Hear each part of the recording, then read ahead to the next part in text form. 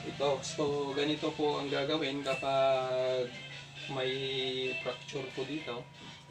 So, mag-side ka. So, hahawakan lang dyan. And then,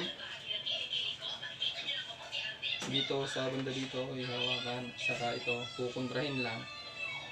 And then, iti-twist lang siya ng ganito, pabigla. 1, 2, 3. Yun. Daw sa kabila.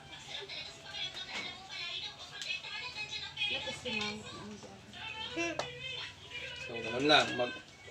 Magkabilaan po yan na kailangan lang i-twist para ano po yung bali po dito na buto. So, ganun lang po siya. Yun. Tingnan nyo. Narinig nyo ba yun? Lumalaga to. Ganun lang yun.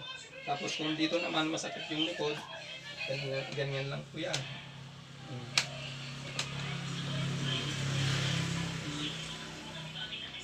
Ang tawag po dito is chiropractic therapy bone alignment. Ganun lang po yung procedure para po sa mga may bali.